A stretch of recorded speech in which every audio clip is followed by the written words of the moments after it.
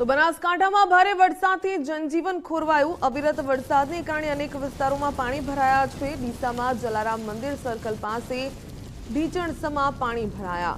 School આગળ પાણી ભરાઈ જતા વિદ્યાર્થીઓને પણ ભારે મુશ્કેલીનો સામનો કરવો પડી રહ્યો છે। ભારે વરસાદને પગલે ઢીચણસમાં પાણી ભરાયા છે। દ્રશ્યો આપ જોઈ રહ્યા છો। બનાસકાંઠાના આ દ્રશ્યો ભારે વરસાદથી જનજીવન ખોરવાયું। બનાસકાંઠા જિલ્લામાં છેલ્લા 4 દિવસથી જે પ્રકારે અવિરત વરસાદ વરસી રહ્યો છે, જેના કારણે અનેક વિસ્તારોમાં પાણી ભરાયા છે। જે રીતે આપ આ દ્રશ્યોમાં જોઈ શકો છો કે આ ડીસામાં જલારામ સર્કલ મંદિર નજીકનું આ વિસ્તાર છે કે જ્યાં ઢીંચણસમાં પાણી ભરાયા છે।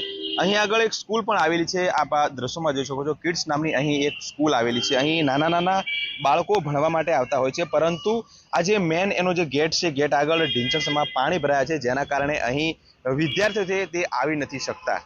મહત્વની વાત છે કે વર્ષોથી અહીં પાણી ભરાય છે, જેના કારણે આ વિસ્તારના લોકોને ખૂબ મુશ્કેલી પડે છે। અહીં જે બાળકો ભણવા આવે છે તેમને પણ ખૂબ મોટી તકલીફ પડી રહી છે।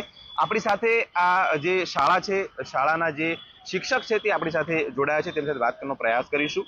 શું કહેશો મેડમ, ઘણા સમયથી પાણી ભરાય છે, કેટલી તકલીફ પડે છે? બહુ તકલીફ પડે છે। અહીંયા પાણી ભરાવાથી નાના નાના બાળકોની સ્કૂલ છે, પ્રી સ્કૂલ છે, તેમાંથી નાના બાળકો આવી શકતા નથી અને બહુ મુશ્કેલી પડી રહી છે। શું કહેશો, આપ અહીંયા રોજ આવો છો, ઘણા સમયથી પાણી ભરાય છે, તંત્રને શું કહેશો?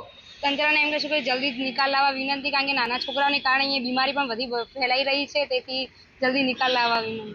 ઓકે, જે પ્રકારે ઘણા સમયથી પાણી ભરાય છે, તાત્કાલિક ધોરણે પાણીનો નિકાલ કરવામાં આવે તેવું અત્યારે તો જે આ શિક્ષણ સ્ટાફ છે તે તંત્ર પાસે રજૂઆત કરી રહ્યું છે। કમલેશ નાભાણી, ગુજરાત ફર્સ્ટ, બનાસકાંઠા।